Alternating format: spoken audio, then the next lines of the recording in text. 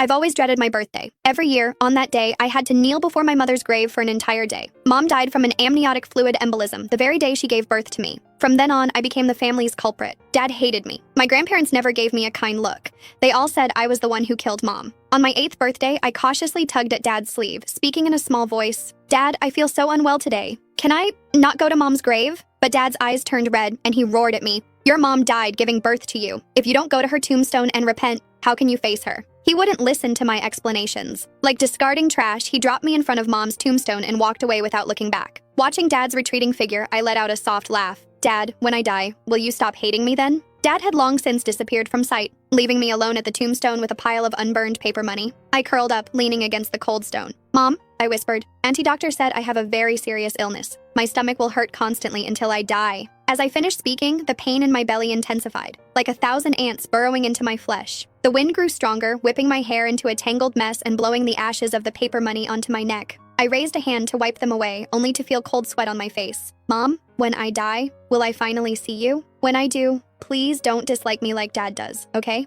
I didn't mean to make you die." I lay prostrate against the tombstone, too weak to move from the pain, my gaze fixed on Mom's smiling face in the photo. Suddenly, I remembered what my grandparents used to say. They said Dad and Mom were childhood sweethearts, growing up together, always inseparable. Later, they grew up, naturally married, and lived very happily. Grandma even said Mom was the smartest and prettiest girl on the whole street. She could sing, dance, and paint, and Dad always doted on her like a little princess. Grandma also mentioned that, as I was nearing birth, Dad was ecstatic every single day. He bought tiny clothes and toys for me in advance, telling everyone he met that he was going to be a father. But everything changed on the day I was born. Dad never got to see Mom deliver me safely. Instead, he received news from the doctor. The doctor said Mom didn't survive an amniotic fluid embolism. Dad, who had been eagerly anticipating my arrival, instantly turned red-eyed upon hearing the news. He went wild, trying to rush into the delivery room to strangle me. It took several doctors to hold him back and save me. From that day on, I became his enemy, the murderer who killed Mom. The sky slowly darkened, and the snow fell heavier, like goose feathers drifting everywhere. I suddenly remembered Grandma mentioning on Mom's death anniversary that it was also a day of heavy snowfall when Mom left, a cold that made everyone shiver. The searing pain in my stomach, which had been agonizing moments ago, slowly lessened as the snowflakes drifted down.